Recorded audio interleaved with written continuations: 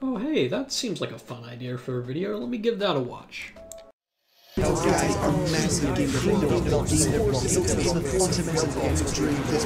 So, I have some problems with the current state of game dev YouTube. Hey guys, and welcome back to the Never Forgotten Game YouTube channel where I talk about all the steaming hot tea of a gameplay footage of a game that I like.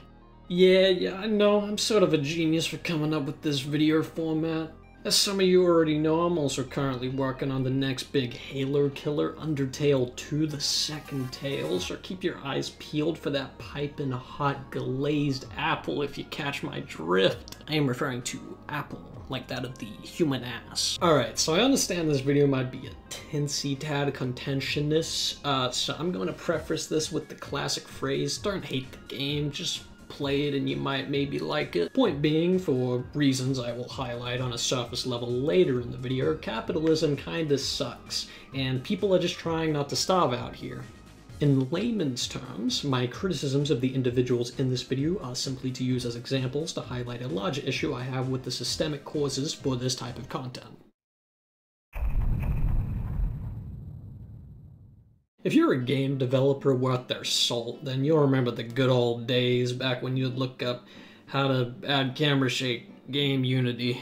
Wow, Blackthornprod has a tutorial on this. Neater. Add screen shake to your own game without code, but by simply using the animation and animator windows inside of Unity. A series of if statements checking what rand is equal to, and play a different shake animation thanks to your various trigger conditions. Oh, yeah, no, that looks good. Hey, I mean, at least it's better than when brackeys just told you to download a fucking plugin 7 minutes into the tutorial. Blackthornprod, like many a game dev YouTuber of the time, made their fair share of tutorials which helped bolster their channel's size.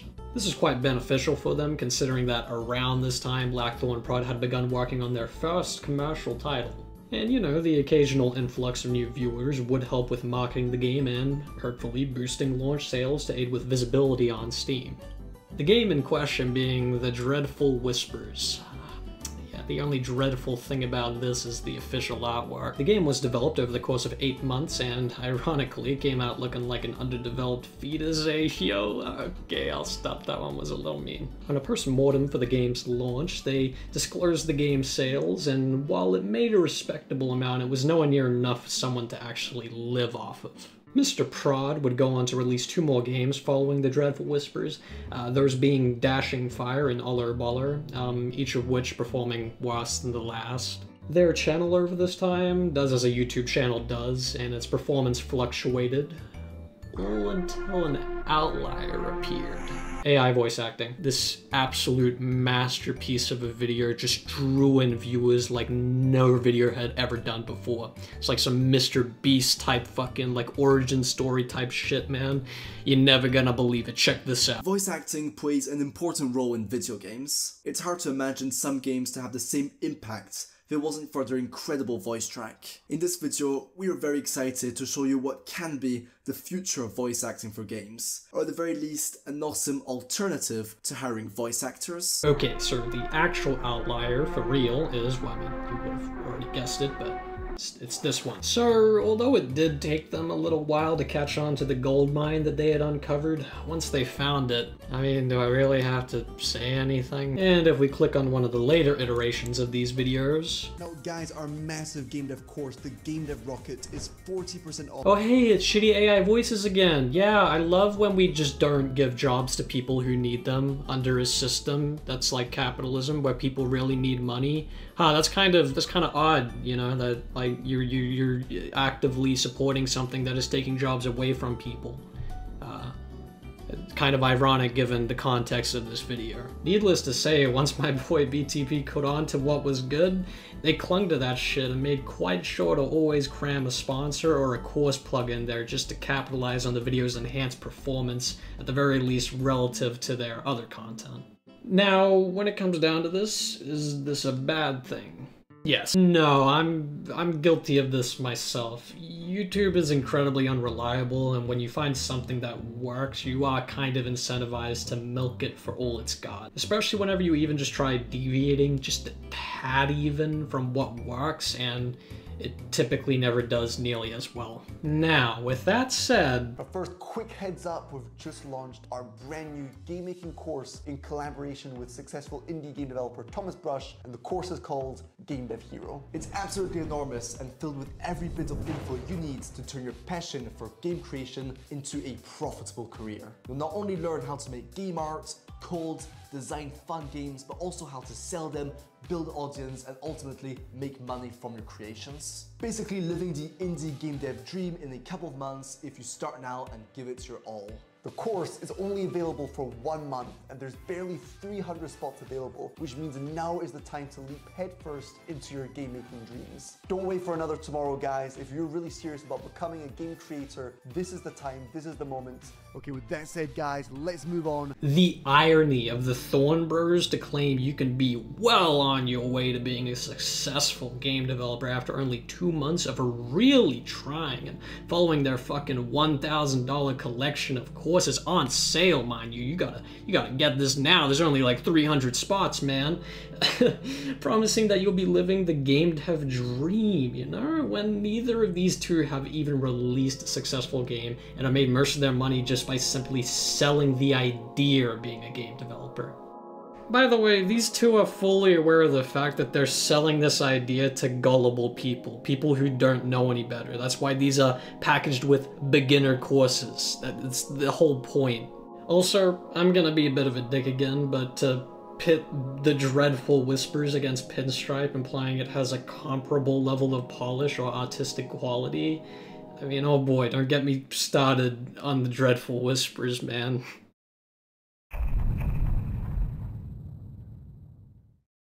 Okay, so the Dreadful Whispers is an incoherent mess of a game. Mix an inconsistent level of visual polish over the whole game with a mishmash of underdeveloped ideas, and bam, there you go, game done. Like, seriously, looking at this and having played it myself, I don't know where 8 months went, man. I don't know where 8 months went. Okay, so now the plot that is there is incredibly basic. It explores common narrative themes such as depression and climbing mountains, except in this game you're not super cool and awesome and you're just a couple of dudes. Now, it's completely fine to have a simple narrative, but the way the game explores its themes is so on the nerves and just basic. It's like kindergartner shit, man. It's like, oh, the torch represents determination or some shit like that, and it's like, if I'm not getting anything from the gameplay and nothing from the story, what is the artistic reason for this game existing? Like, why did he spend 8 months developing this game when there was clearly nerve vision for it? He thought layer mask was cool. That's why he made the game. Okay, so I do intend on bringing this back around to the point of the video, which is something about capitalism or something, I think.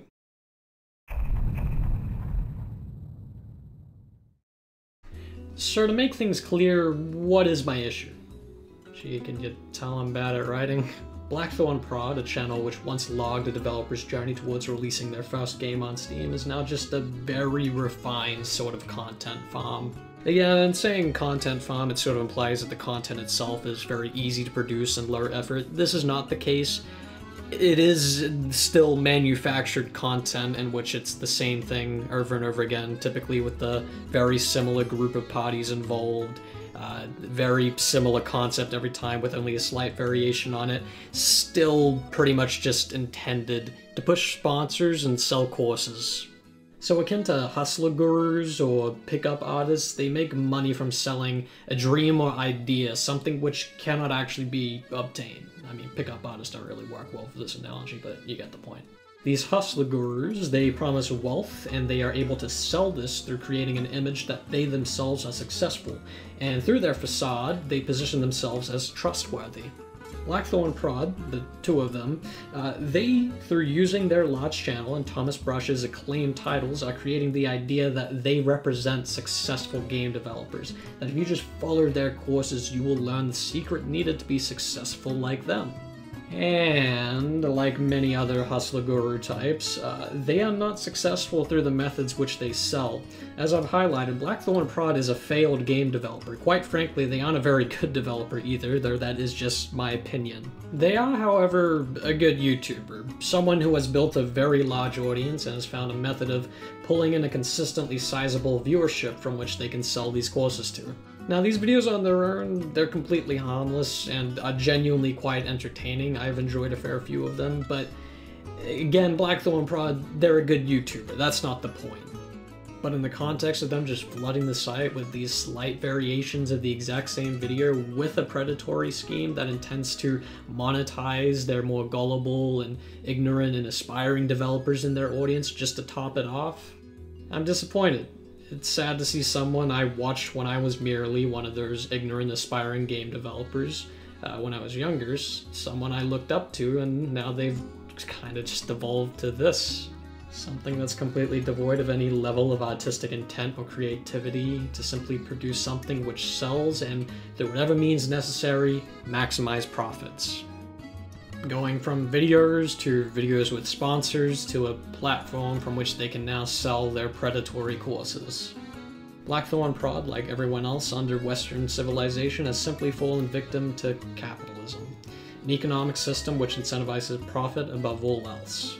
And when profit is incentivized, risks are discouraged. YouTube further reinforces this with its algorithm, designed specifically to cater to what they think you'll like based on what you've already watched, which of course incentivizes creators to see what's working and then pivot to match their content to what that is.